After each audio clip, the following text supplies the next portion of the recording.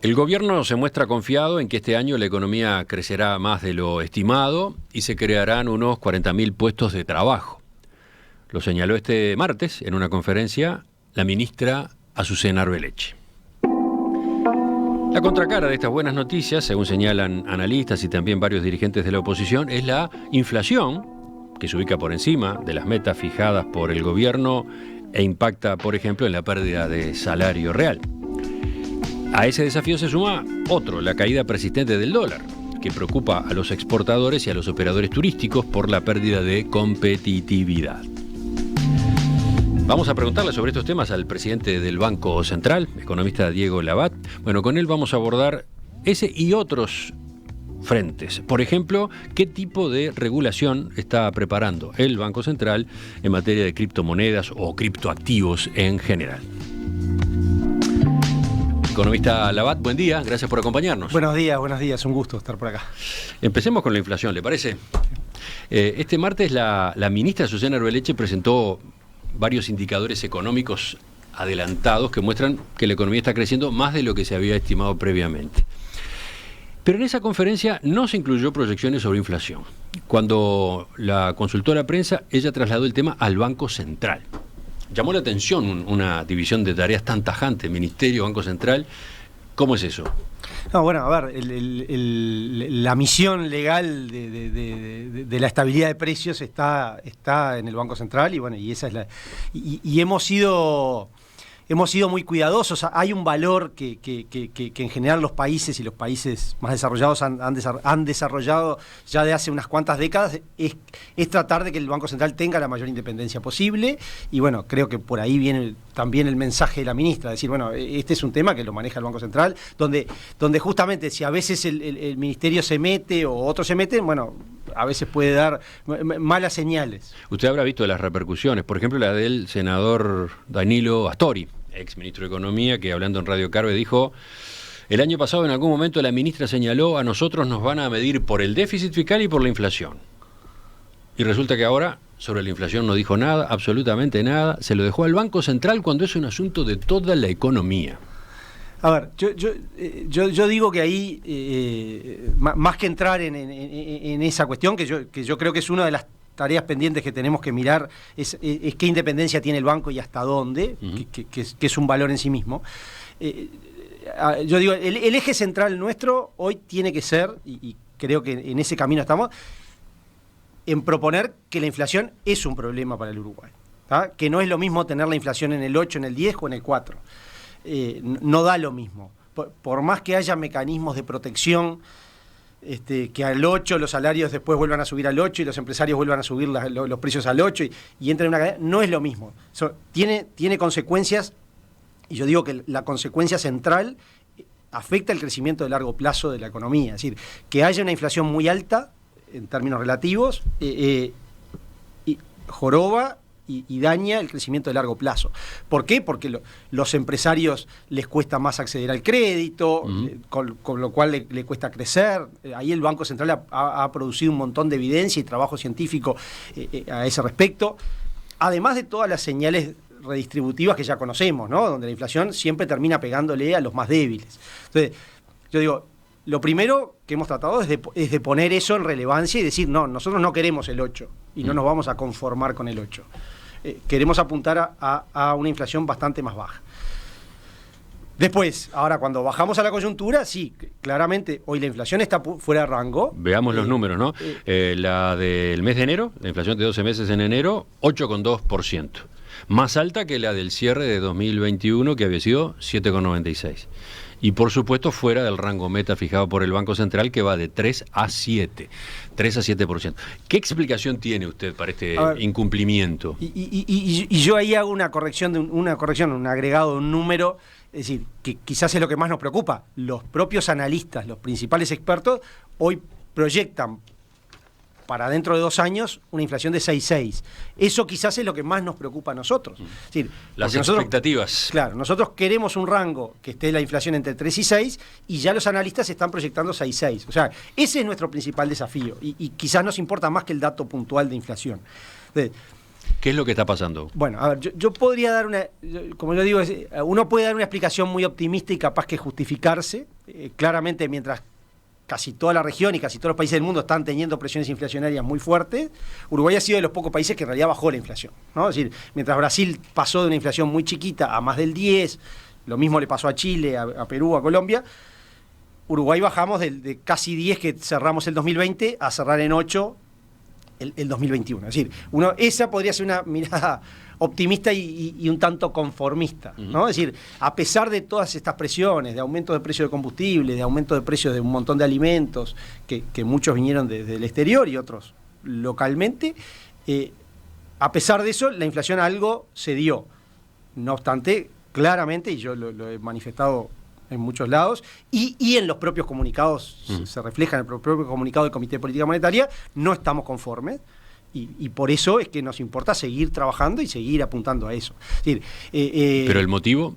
Bueno, es que hay una serie de presiones relevantes de varios precios, bueno, ya mencioné, alimentos, combustibles, sobre todo ha venido por el lado de los transables, que han presionado y que han puesto la inflación bastante más arriba de lo que esperábamos. Ni siquiera el dólar bajo, del que vamos a hablar también, ha ayudado. Sí, bueno, ahí después podemos capaz que entrar en la discusión de dólar bajo, dólar alto, que no queda tan claro. A ver, ahí además yo digo, entraría un poco en la discusión de qué hemos hecho y cómo hemos razonado desde el banco. Es decir, también nosotros tenemos que pensar que lo que hizo la política monetaria, nuestro principal dilema durante estos 2 años ha sido ¿cuál? Nosotros empezamos en una gestión a 10 días de la pandemia, donde la actividad económica se resintió y donde la política monetaria, a priori, y como hicieron todos los países del mundo, lo que hizo fue poner leña para que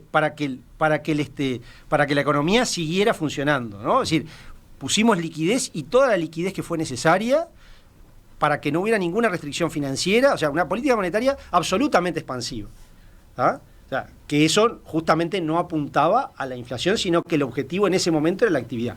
Ahora, por otro lado, nosotros teníamos un compromiso de bajar la inflación, con lo cual, en ese dilema, marcamos que nuestro objetivo de largo plazo era la inflación y que en tiempos normales nuestro principal objetivo y nuestro objetivo central iba a ser y es la inflación, no la actividad, ¿ah? Que eso quizás es una interpretación distinta a la que había en las anteriores administraciones. Es decir, el objetivo del Banco Central hoy es la inflación. Entonces, dicho esto, estuvimos, y para poner periodos de tiempo, todo el 2020, y yo diría que hasta mitad del 21, con una política monetaria muy expansiva, donde, bueno, desde que empezamos a manejar la tasa, pusimos la tasa de referencia en 4,5, muy por abajo de la inflación, con lo cual es una tasa real negativa que lo que hace es empujar a la economía, ¿ah? Uh-huh. A mitad del 21, y quizás desde mayo, junio, ya empezábamos a ver otras luces en la economía, empezamos a señalar que teníamos que empezar a salir de ese periodo expansivo. Y así lo hicimos, y en agosto empezamos a subir la tasa. Uh-huh. En forma cauta. Yo digo ahí, quizás con todos los antecedentes de Uruguay, uno podía haber pensado en poner el freno de mano y subir 3% de la tasa. Nosotros entendimos que estábamos saliendo de la pandemia y que había que ser cauto. Y empezamos a subir la tasa. Ha habido 5 subas al hilo, ¿no? La última ayer, cuando se dispuso otro aumento de 75 puntos básicos y la tasa de política monetaria quedó en 7,25% anual. Ese es el camino, pero por lo visto analistas, empresarios no están confiando. Si nos remitimos a eso que mencionábamos hace un rato, la expectativa, ¿no? La mediana de los empresarios espera una inflación de 8%, tanto para 2022 como para 2023. A ver, nosotros fuimos cautos durante el segundo semestre, por eso decía, con 3 subas, pero de 0,50 y 0,25. ¿Por qué? Porque veíamos un montón de indicadores de actividad buenos, pero algunas luces amarillas. Ya sobre fin de año quedó claro el panorama que la economía estaba funcionando y funcionando muy bien. Por supuesto, algunos sectores complicados, pero en términos generales muy bien. Entonces, a partir de ahí decidimos, bueno, ahora sí, hay que ir en el camino hacia la normalización total. Y allá preanunciamos, ya llevamos 2 subas de tasa de interés, y ya en el de ayer dejamos entrever que va a haber seguramente un tercer aumento de tasa de interés. Ahora, hay que dejar claro, ese aumento de la tasa de interés a lo que nos lleva es a la tasa neutral. Bueno, ¿sí? Todavía no estamos siendo demasiado restrictivos ni estamos siendo demasiado duros aún. Vamos por partes, así el oyente entiende. ¿Qué es eso de la tasa neutral o neutra, de la cual habla justamente el comunicado? Sí. Nosotros lo que buscamos, esa tasa neutra debería ser la que de alguna manera la política monetaria ni empuja a la economía, ni tampoco es contractiva para atacar la inflación fuertemente. Con 8% sería esa bueno, la tasa nosotros neutra. Estimamos hoy, la definición exacta que tenemos es de un 2% real, pero con un 8, con unas expectativas en el 6,5, la entendemos que está en el entorno de lo neutral. O sea que con el próximo aumento de la tasa de referencia llegarían a eso, a la tasa neutra. Exacto. Ese es el procedimiento. ¿Y por qué? ¿Por qué esa cautela? Porque la otra pregunta, si la herramienta es el aumento de la tasa de referencia, ¿por qué no subir más? Bueno, porque a ver, ha sido una estrategia. Yo creo que nosotros tenemos muchos años, capaz que 2 décadas, con expectativas ancladas muy arriba. Creo que un giro muy brusco tampoco iba a tener un efecto fundamental en las expectativas. Creo que lo que sí estamos tratando de mostrar, y en eso hemos sido absolutamente estrictos, es la perseverancia. Es decir, todo lo que hemos anunciado lo vamos marcando. Es decir, vamos a subir, empezamos a subir, y lo hemos dicho, es decir, anunciamos 3 subas de tasa, pero sí dijimos también que haremos todo el esfuerzo necesario hasta que las expectativas se alineen. Y bueno, ahí es donde le vamos a ganar. Acuérdense, en agosto del 21, cuando subimos la tasa, había muchos analistas que también decían que no la íbamos a subir, y la subimos. Uh-huh. En algunos momentos decían que bueno, que era poco, bueno, empezamos a subir más fuerte. Hemos dado los pasos. Nosotros estamos confiados que las expectativas van a reaccionar. Que además creo que hay que ser claro. ¿Sí? Una precisión allí, también pensando en el oyente no experto en estos asuntos. Todo el razonamiento suyo, toda la exposición suya va a las expectativas. Se centra en las expectativas, por ejemplo, de empresarios, por ejemplo, de analistas. ¿Es lo mismo que decir que lo que están buscando es que baje la inflación? ¿Por qué usted habla de las expectativas y no de la inflación? Bueno, porque al final del camino los que forman las expectativas terminan formando los precios. Ah, bueno. Y lo mismo pasa con las negociaciones salariales. Y si las expectativas están en 6,6, y bueno, los trabajadores van a pedir un aumento de 6,6, y después entonces los empresarios van a subir los precios también un 6,6. Y hoy los empresarios son más escépticos que los analistas. Claro. Los analistas están más cerca de las proyecciones del propio Banco Central, etcétera. Los empresarios son los más resistentes. Pero en definitiva, entonces, y para terminar con este tema, ¿cuál es la proyección de inflación que maneja el Banco Central para fines de este año? Nosotros esperamos llegar este año en un entorno del 6%. Esa es un poco la proyección que tenemos. Una inflación que seguramente tenga algunos meses más en estos niveles que está, y sobre mitad de año empezar a aflojar. O sea que sobre fin de año se ubicaría en ese nuevo rango, porque el rango se ajusta en septiembre, ¿no? Y queda en 6 arriba. O sea que sobre fin de año entraría en ese nuevo rango. Exacto. ¿Y el año próximo? Nosotros tenemos, a ver, en realidad nuestra proyección, y ahí no tenemos más que proyección, yo lo que digo es, nuestro compromiso, que además es el que debiéramos hablar más que de lo que va a pasar este año, es de acá a 24 meses tener la inflación entre 3 y 6. Y a eso es a lo que apuntamos, y cuando diseñamos el camino de cómo van a seguir las tasas y eso, lo hacemos pensando en poner la inflación entre 3 y 6 a fin de el 2023. El dólar, hablemos del dólar. El dólar interbancario volvió a caer ayer, cerró 43.02, ¿no? Sí. Ayer en la prensa se anotaba que para encontrar el tipo de cambio en esos niveles había que remontarse a fines de septiembre del año pasado. En lo que va del 2022, el dólar cayó acá 3,7%. ¿Qué diagnóstico tienen ustedes? ¿Por qué está pasando esto? A ver, primero una precisión.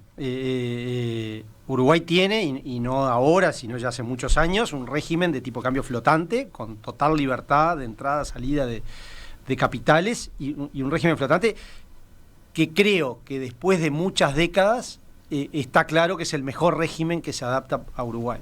Es decir, un país chico, con mucha relación con el exterior, lo mejor que puede tener es un régimen de cambio flotante, de libre flotación, porque es el que mejor le permite absorber cualquier shock. Es decir, cuando recibimos un shock negativo o un shock positivo desde afuera, el tipo de cambio corrige, y eso justamente es una ventaja que tenemos sobre otro tipo de regímenes o instrumentos. Primera esa precisión, con lo cual nosotros estamos absolutamente convencidos de que es el camino, y es lo que hemos hecho durante estos 2 años, tratar de dejar flotar el dólar todo lo que ha podido. ¿Cuándo y en algunas ocasiones hemos intervenido? Cuando entendemos que de alguna manera el dólar se ha desviado excesivamente de sus fundamentos, o cuando hay algún episodio puntual que ameritaba tomar alguna acción. Por ejemplo, por ahí por en el fines del 20, el 21, las AFAPs estaban vendiendo dólares en exceso, estaban haciendo un cambio de portafolio no habitual, de portafolio de sus inversiones, y eso nos llevó a tener que intervenir y a tratar de actuar en el mercado. Pero son casos puntuales. Nosotros ahora entendemos que el dólar está en el valor que fija la oferta y la demanda, simplemente que estamos en un momento en donde hay una oferta de dólares muy grande y eso está presionando a la baja. Por eso, pero un poco más de explicación. Bueno, a ver, es un fenómeno que está pasando en toda la región, es decir, tú decías 3,7 Uruguay en lo que va del año, pero el real cayó un 8, el peso chileno cayó bastante más que en Uruguay, el sol peruano cayó más, básicamente sacando el peso argentino y el guaraní, todas las monedas se han apreciado bastante más que el peso uruguayo. O sea que yo creo que esa es una cuestión. Ahora, ¿por qué? Y bueno, hay una serie de... El mercado de cambios opera en un montón de factores sobre ese mercado de cambios.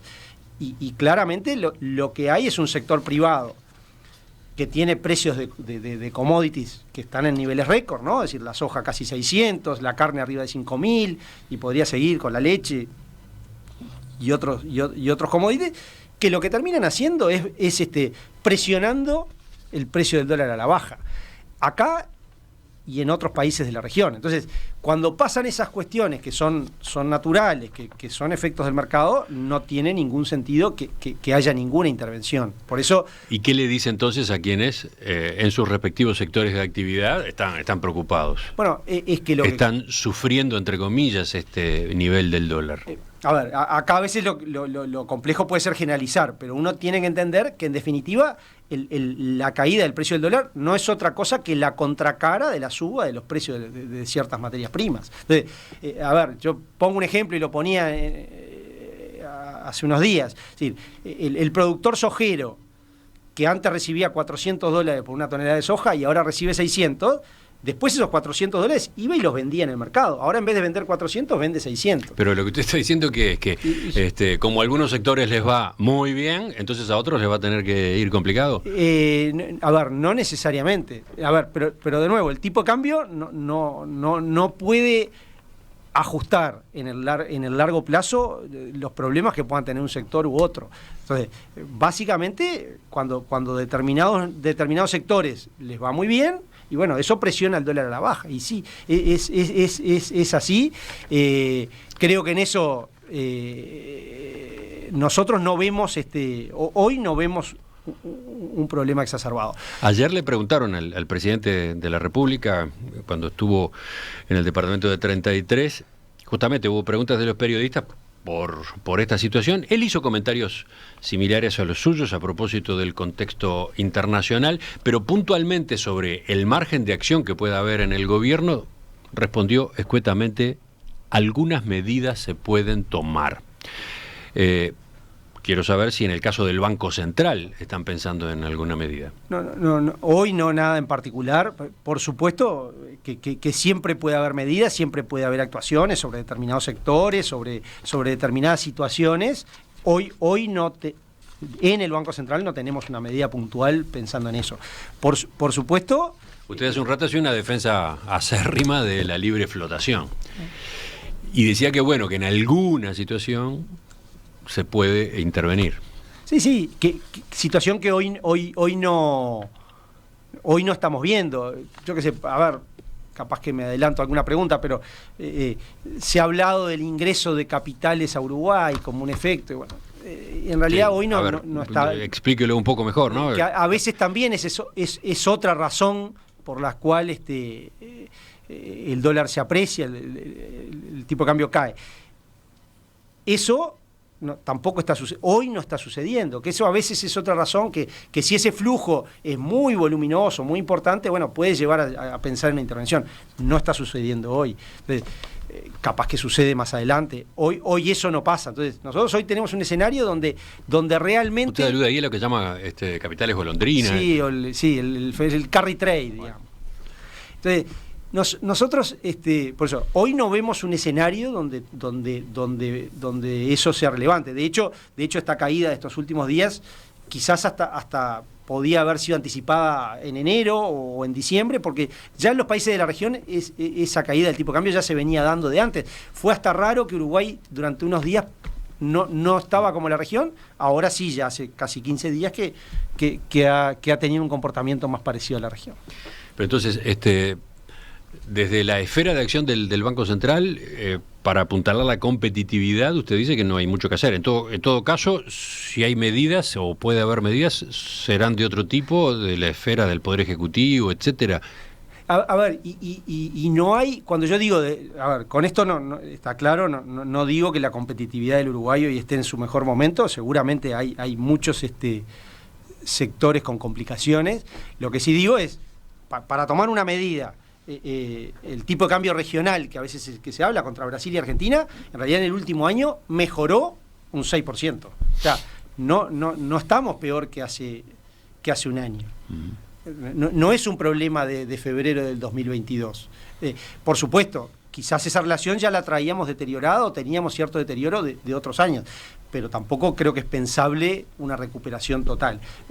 A ver, en esto que hablábamos, y perdón si aburro con números, pero a fin de año el real en pesos era 7.70, hoy está casi 8.40. Es decir, un 10% mejoró nuestra competitividad, nuestra competitividad nominal, digamos, en este mes y medio. O sea, sí, la competitividad está claro que no es solo tipo de cambio, pero usted está haciendo claro, esta parte del análisis. Claro, entonces, por eso digo, creo que hay que ser cuidadosos. Está bien, Uruguay como país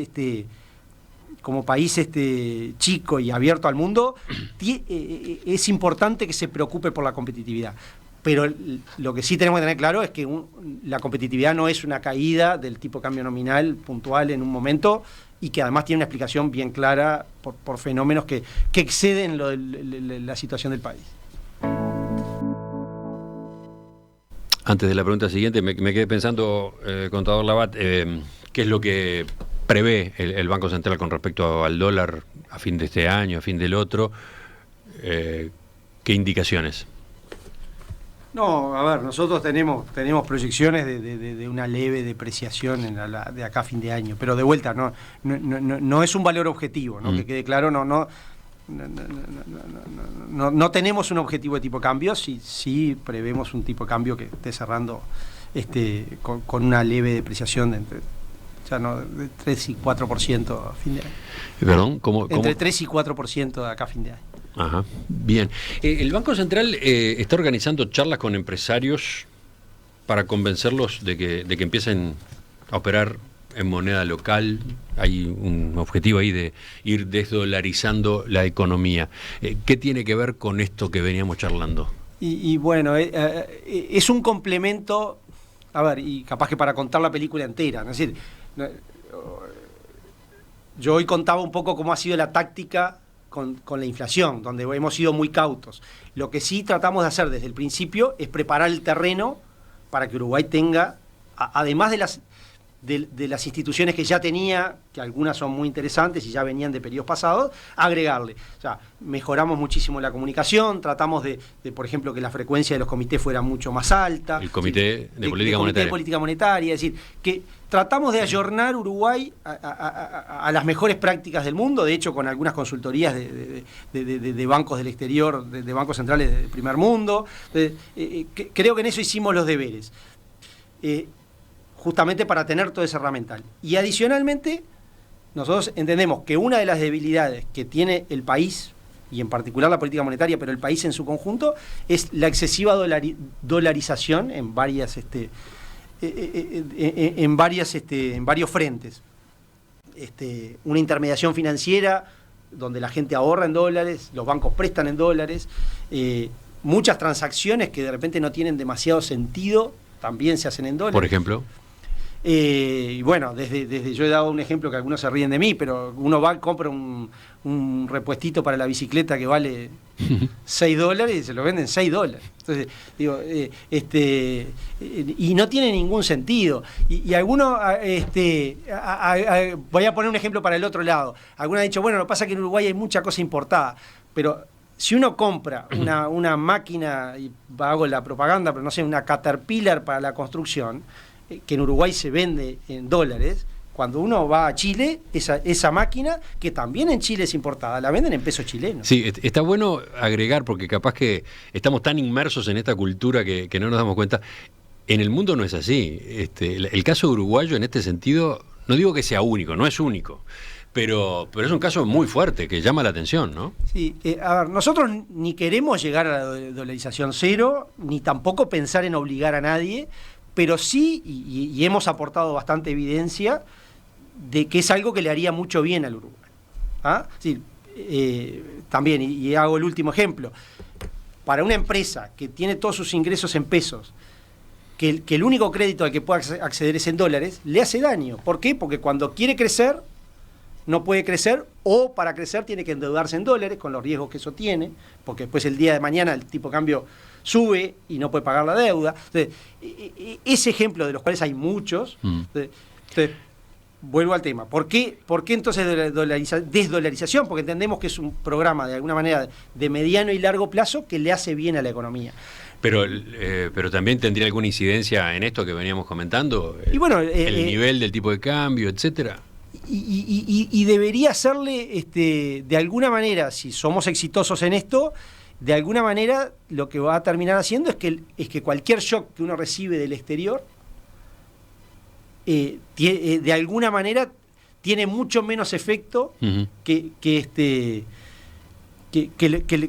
lo que tiene hoy. Nosotros ahí a veces damos un ejemplo en estas charlas que estamos haciendo con distintas industrias y tenemos unas gráficas que son muy interesantes. Por ejemplo, ante un shock donde el tipo de cambio sube muchísimo, en Uruguay la industria de la construcción se frena, y se frena muy fuerte.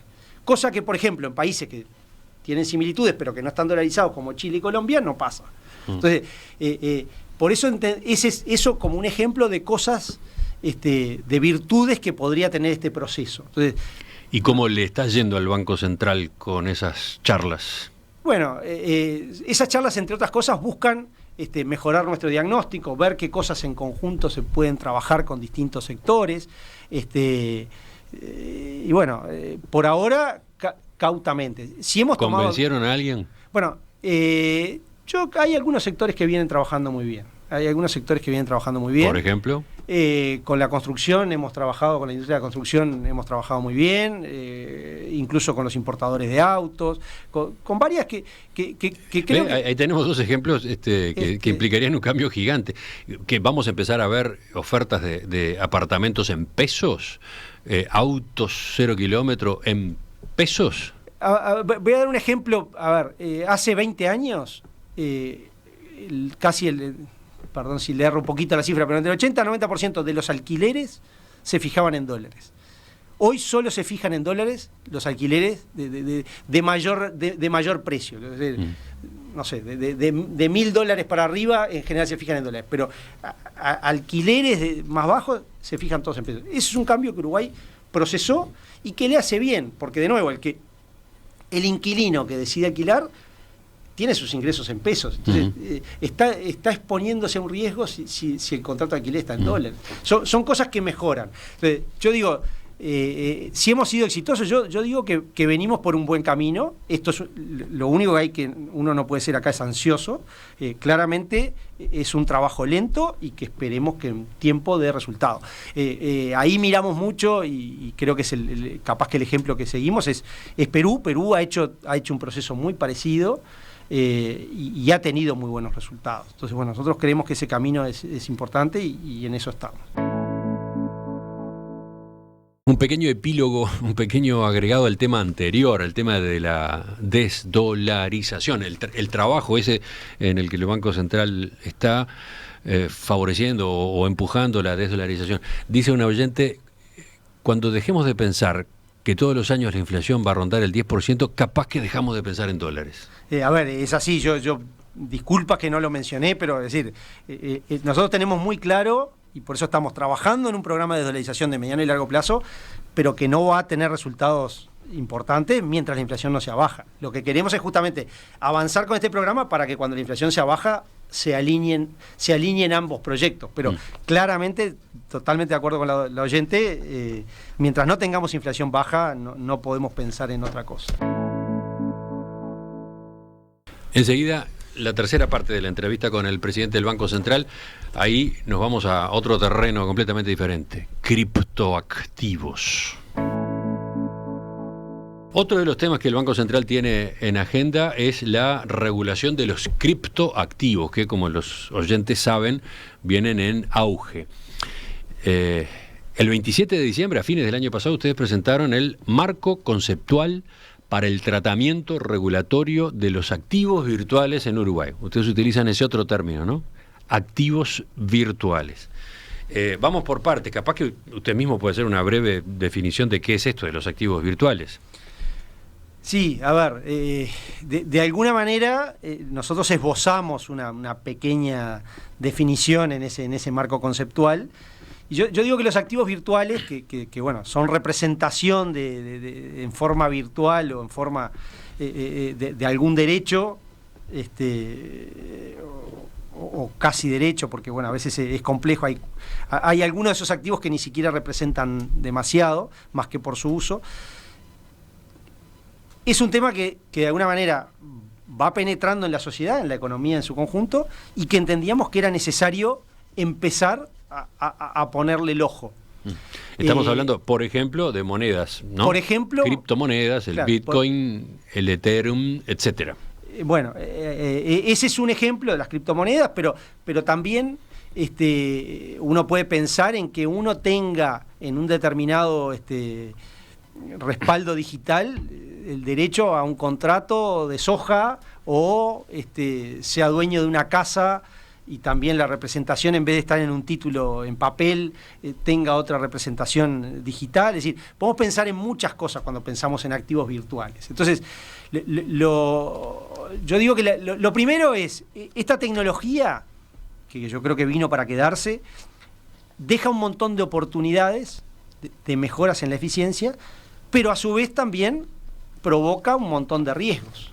Riesgos en la población, que a veces de repente no tiene muy claro esos riesgos, donde de repente decide invertir en ciertos activos virtuales. Entonces, el primer paso que nosotros dimos es decir, bueno, tenemos que tomar este tema. El documento del Banco Central es como muy distante, ¿no? Cuando hace su tratamiento del tema. A ver, lo que buscamos es por sobre todas las cosas, en este primer paso, dar lo que le llamamos la taxonomía, es decir, tratar de definir estos activos, clasificarlos según su uso, y a partir de esa clasificación decir, bueno, porque además es una visión del Banco Central, ¿no? Capaz que no de toda la sociedad, ¿sí? Decir, bueno, esto nosotros entendemos que es algo que tenemos que regular, y esto no hay ningún problema. Puede funcionar y el Banco Central no se va a meter. Ustedes separan. Nosotros separamos lo que entendemos que tiene. A ver, por ejemplo. A ver, actualmente la emisión, la comercialización de estos instrumentos no están en las competencias de actuación del Banco Central. Bueno, no, salvo cuando se usan ciertas... esa tecnología se termina usando para hacer intermediación financiera. Hay algunos casos que ha pasado. Voy a poner un ejemplo. hay una tecnología tradicional, por ejemplo, para hacer transferencias de fondos de un país a otro. Bueno, han empezado a aparecer empresas que hacen transferencias de fondos al exterior usando criptomonedas. Bueno, entonces ahí nosotros entendimos que sí nos correspondía actuar, porque así como controlábamos a las tradicionales, tenemos que controlar a las nuevas, y así lo hemos hecho. Ese, por ejemplo, es un ejemplo. Después, otro ejemplo que mostramos ahí. Hoy se emiten obligaciones negociables. Distintas empresas han emitido obligaciones negociables en el mercado, ¿no? En el mercado físico. En el mercado físico. En el mercado tradicional. Tradicional. Está hablando del mercado tradicional. Ahora, nosotros, por ejemplo, en ese documento decimos, bueno, si alguna empresa quisiera usar esta tecnología y tener un registro descentralizado de registro con la tecnología del blockchain, y emitir una obligación que en vez de registrarse en la bolsa de valores como se hace tradicionalmente o en otra entidad registrante, lo hace en una entidad descentralizada, nosotros entendemos que eso va a ser competencia nuestra y lo vamos a regular.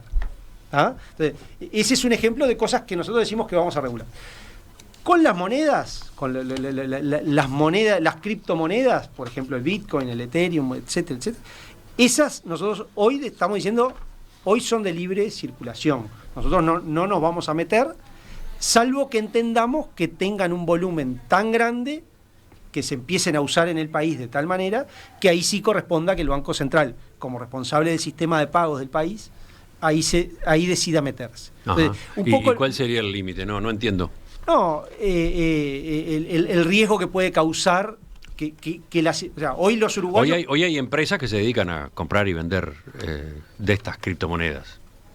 Perdón, a intermediar en las criptomonedas. Claro, bueno, ¿no? y eso es parte, esas plataformas que hoy se dedican, es parte de lo que nosotros decimos que vamos a regular. Hay hasta cajeros. Claro. Sí, está bien. Ahora, la circulación de esas monedas nosotros no la vamos a regular. Es decir, hoy en Uruguay la gente, en su enorme mayoría, paga los bienes que compra o los servicios que compra, los paga en pesos. Y como decíamos hoy, algunos en dólares. Pero básicamente pesos y dólares. Si nosotros viéramos que alguna de estas monedas empieza a tener relevancia y se empiezan a vender, uno va acá enfrente y compra un café y lo paga en Bitcoin, bueno, ahí quizás es el momento de que el Banco Central tenga que tomar cartas y decidir, porque tenga que tomar cartas. ¿Qué haría en ese caso?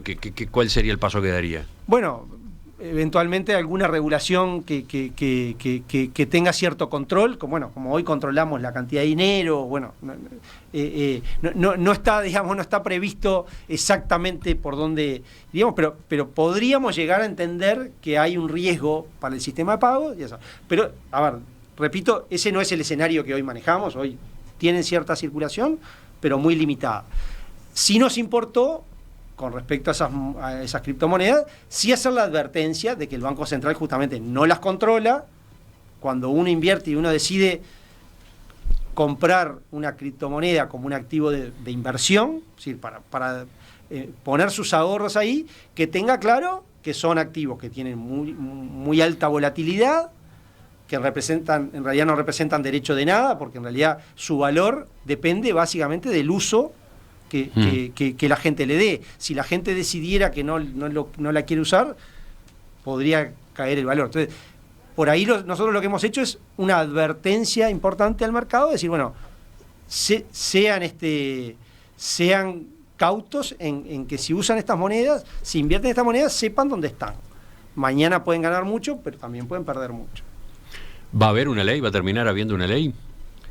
Nosotros básicamente tenemos, el Parlamento tiene 2 proyectos de ley a estudio, 2 proyectos que nosotros hemos visto y analizado, y a su vez nosotros pretendemos mandar algunas sugerencias y algunas correcciones que de alguna manera mejoren este entorno y el propio ámbito que el Banco Central tiene para regular. ¿Una modificación de la Carta Orgánica del Banco Central? Para poner un ejemplo, son cuestiones muy capaz que un poco técnicas, pero son las que pequeñas cosas técnicas. Para poner un ejemplo y no aburrir, hoy la ley de mercado de valores prevé que los registros de cualquier obligación negociable, por ejemplo, estén centralizados en una única persona.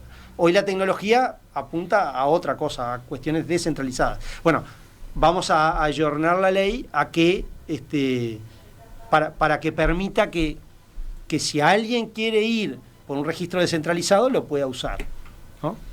Entonces, ese tipo de cambios lo vamos a proponer, esperamos en los próximos meses mandar esas modificaciones al Parlamento.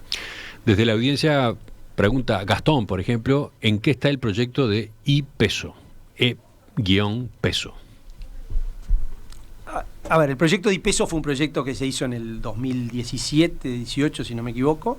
Fue un proyecto muy interesante y que yo digo que es exitoso porque la prueba esa salió bien. Estamos hablando de la administración anterior, ¿no? De la administración anterior. Es un proyecto interesante. Hoy creo que en el 2022 esa tecnología que se usó en ese piloto ya ha quedado algo vetusta, pero es un proyecto interesante. Yo de todas maneras, que básicamente es lo que se llama en el mundo la emisión de una moneda digital por parte del Banco Central, ¿no? Entonces, es meterse en ese mundo, el mundo de ¿cómo le llaman ustedes? Activos virtuales, sí. Pero meterse oficialmente. Que el Estado se meta. Sí. Yo ahí voy a hacer un comentario y un poquito para atrás.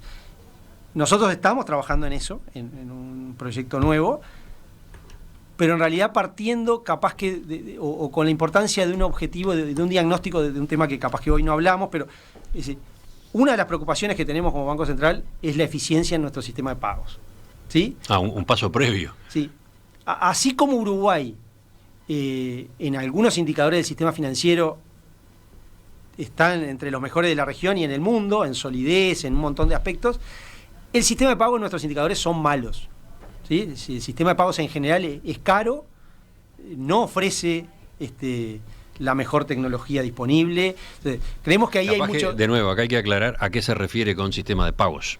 Bueno, la forma que los ciudadanos tenemos para gastar nuestro dinero para comprar un kilo de naranjas o para pagar una entrada de cine, y también mirándolo del otro lado, la forma que las empresas tienen para cobrar los servicios que venden, ¿no? Es decir, cuando alguien quiere instalar una empresa o una empresa instalada, dice, bueno, a ver, ¿cómo cobro yo? Bueno, tengo distintos métodos de cobranza, ¿no? Puedo cobrar en efectivo, tarjetas de crédito, tarjetas de débito, cheques, transferencias, bueno, todo eso. El abanico, y eso creo que es bastante unánime, porque distintas gremiales empresariales lo han expresado por varios lados, la oferta no es muy amplia y es cara.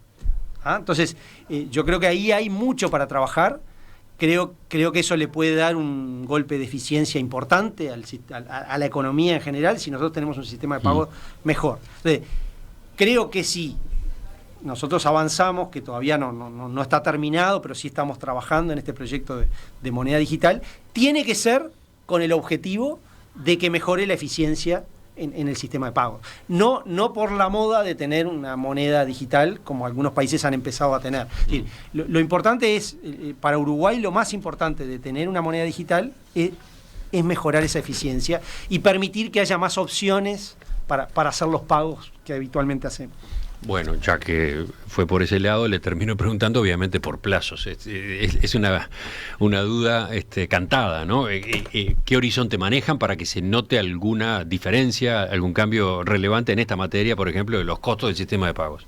Bueno, nosotros esperamos empezar a tener las primeras señales de este proyecto que estamos trabajando en este año. No quiero, pero tener en este año por lo menos terminado de diseñar y lanzado el proyecto. Este año se lanzaría el proyecto. Sí, yo eso iba debería... a preguntar cuándo notaríamos cambios en los costos del sistema de pagos, yo creo que esos cambios en los costos se pueden dar. A ver, capaz que yo me centré además en este aspecto particular. Nosotros, y en la misma línea que las criptomonedas, una de las estrategias de la gestión ha sido tratar de darle al sector privado una guía de lo que queremos hacer. Por ejemplo, en el sistema de pagos, lo que hicimos fue, sobre fines del 2020, por ahí por octubre, publicamos lo que llamamos una hoja de ruta. Ahí dijimos, bueno, durante del 2020 al 2022 vamos a hacer esta serie de cosas. Y esa serie de cosas en general se han cumplido. Por ejemplo, hay un proceso que capaz que creo que ustedes en algunas otras oportunidades han hablado de él, que es lo que se llama la multiadquirencia, que permite que los comercios cambien su modo de contratación con las tarjetas de crédito. Ese es un proyecto que además venía del gobierno anterior, que nosotros definimos seguirlo, y que ya con una de las marcas de tarjetas ya está totalmente implementado y con la otra en poquitos meses.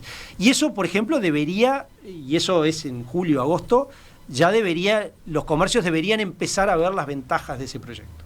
¿Ah? Ese es un ejemplo. Hay otros en los que hemos avanzado, por ejemplo, la posibilidad de que haya transferencias inmediatas, que es decir, que uno transfiera plata de una persona a otra, sin tener que esperar 3 horas o un día entero. Bueno, esa posibilidad está habilitada. Quedó habilitada hace cosa de un año. Eso era parte del plan. Pero no se usa como se esperaba. Bueno, esa es una de las cosas que yo digo, cumplimos con lo que prometimos porque se implementó.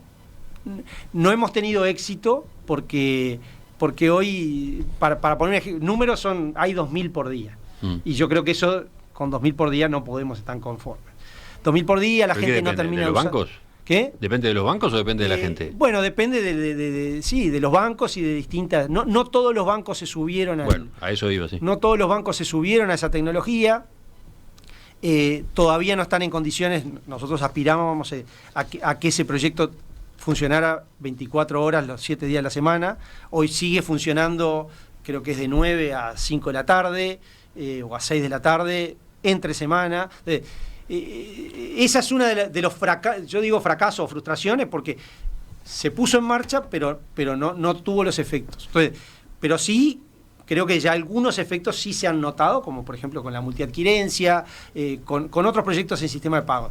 Tenemos este proyecto grande, que es el de la moneda digital, que creo que puede terminar cambiando. Economista Diego Labat, presidente del Banco Central, le agradezco su presencia esta mañana acá en Perspectiva. Han quedado varios temas arriba de la mesa, han quedado temas para seguir, ¿no? Para observar, para volver a abordar, no sé, dentro de unos meses, ¿le parece? Muchas gracias por la invitación. Hasta pronto.